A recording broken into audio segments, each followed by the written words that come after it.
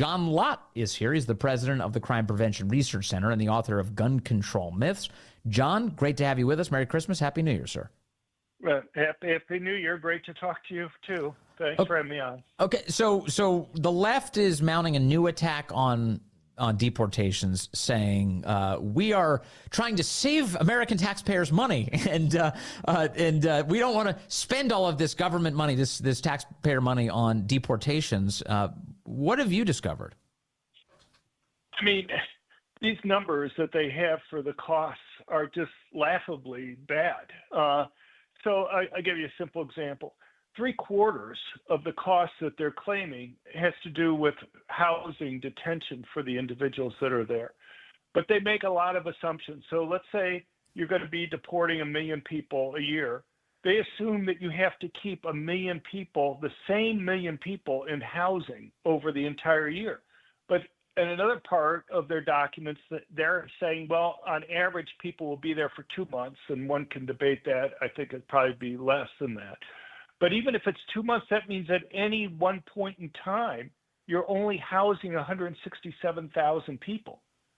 And so you don't need to have housing for 1 million if you're going to be deporting 1 million over the course of the year, because you're not going to have 1 million in housing over the whole time. And then on top of that, if that's not stupid enough, what they essentially are saying that you'd have to completely rebuild all the housing facilities that you have each year. And then on top of that, then they have these estimates about what's the daily cost for each person that's there in terms of food and what have you. So for a family of 4, they're talking about almost $500 there for doing that. For food? So, a day of food? Food and some other incidentals that would be there. They don't break it down completely. $500? I mean, I don't know if they're going to be at the Ritz-Carlton and you're giving them, champagne and steaks or whatever. I'm sure you can get the costs up. But, the point is that everybody from the New York Times, which has had something like 6 articles on it, USA Today has had multiple articles on it. You've had all the major media has just been repeating these claims about the cost. Yep. And I don't know whether any of these guys have actually tried to go and look at the numbers just to see some of the assumptions that are there. To me, the simplest thing to go and do is say, okay, well, we've been deporting people over time. What's been the per deportee cost of deporting people? And what you find is even kind of taking sympathetic estimates for them, you're talking about something that's going to be maybe 1/7 or so of the per deportee costs that they're essentially assuming in this case.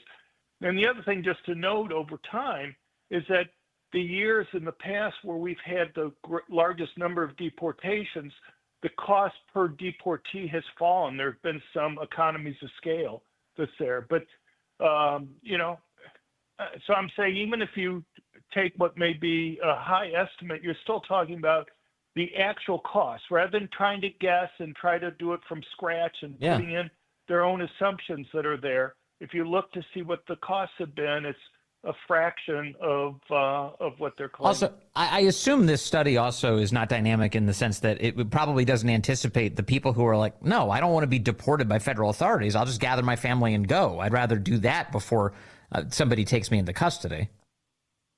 Yeah, well, they have some assumptions in there about that. One can argue with, but I'll give you a related example, and that is Trump already, since this study was put out, has said if a country will not want to take back deportees, we're just not going to go do business with them. Well, they make assumptions in there about whether countries will take people back. And not only that, but so if Trump says, we're going to impose costs on you if you don't do it, maybe some of those countries will take their people back. Mm-hmm. And on top of that, the administration apparently has been discussing having third-party countries go and take these people back if they can't do it. So, some of the assumptions that they may have had there about, how quickly you can deport people may already be obsolete because Trump is a negotiator and will find ways around whatever problems are there. One of the big tests of that policy, by the way, is going to be China. China refuses to take back its foreign nationals who have illegally immigrated to the United States, and there are a lot of them. And so it'll be interesting to see how the Trump administration handles China. He's, of course, been willing to impose punishments on China in the past, so let's hope he does it again here in this case. You write today for the Federalist that rather than cost Americans money, deporting illegal aliens will save taxpayers. Take us through the math of what you've discovered here. Well, what I'm talking about there is if you just take the first group that they're going to concentrate on deporting, they're talking about deporting people who have criminal records. The National Institute of Justice has a measure of the cost to victims of crime in the United States. And they don't have it for all the different crime categories that the illegal aliens have been accused of. They have it for about half. So this is going to be a partial estimate of the cost. But if you assume that these illegals commit one crime similar to what's listed there in the ICE report, and they likely committed multiple crimes, so that only the most serious one is listed there, and these victimization costs include like the cost of medical care, lost wages, pain and suffering for the victims. You're talking about a number that's going to be about $166 billion. You compare that to the costs of this, even if you take this American Immigration Council's estimate, you're talking about a number that's about $55 billion or so for the 662,000 criminal illegals that we have in the country, which itself probably is an underestimate of the total there by quite a bit. But, so if you take 1/7 of that $55 billion, I mean, you're talking about something that's just a tiny fraction of the victimization costs that are there from crime.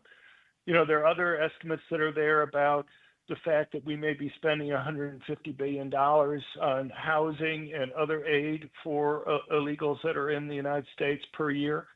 You start bringing in those types of numbers, these numbers in terms of the cost of deportation are just a fraction of those costs. So in the end, this is not only just good for restoring law and order, but it's actually good for the fiscal well-being of the country.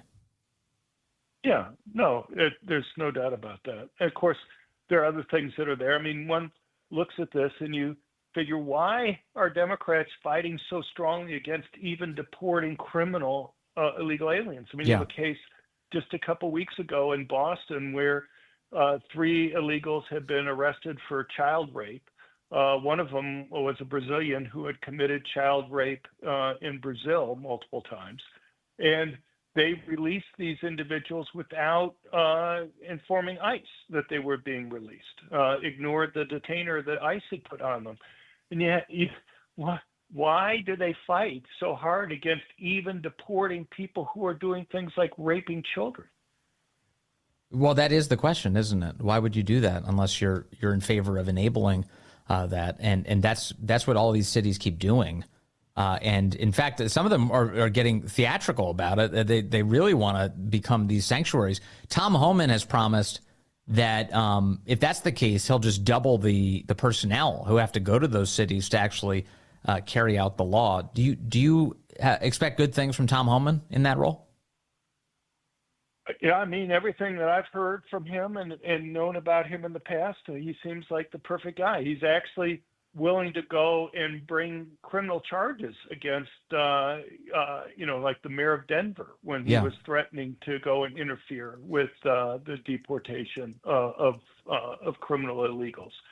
So, and that's something that's probably been long overdue.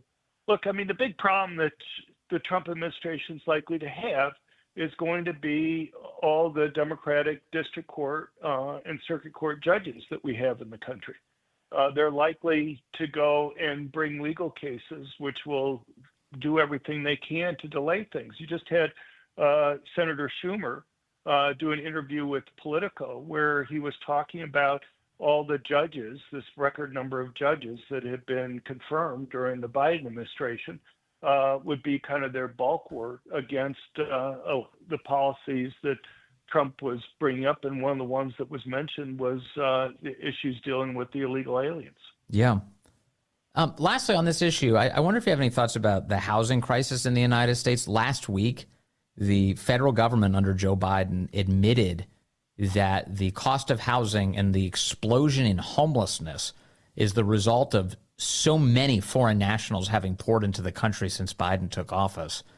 Isn't it a little weird to hear them make a claim like that in light of the fact that they knew it was happening and they let it happen in the first place?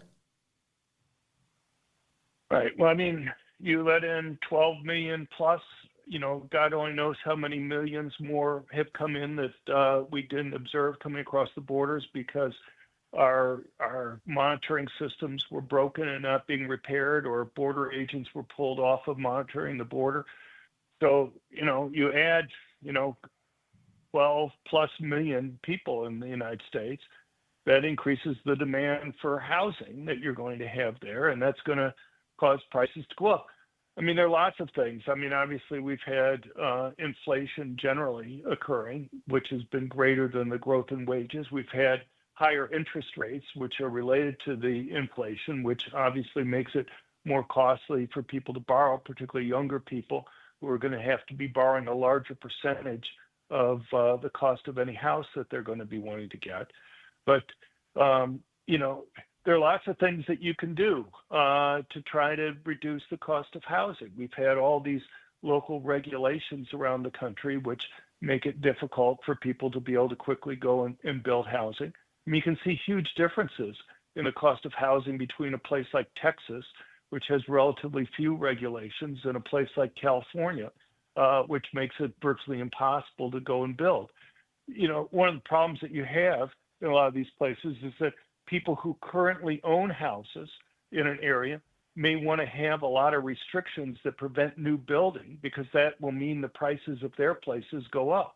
But you're essentially using regulations to transfer wealth to people who already own houses as compared to new people, young people who are trying to enter the market.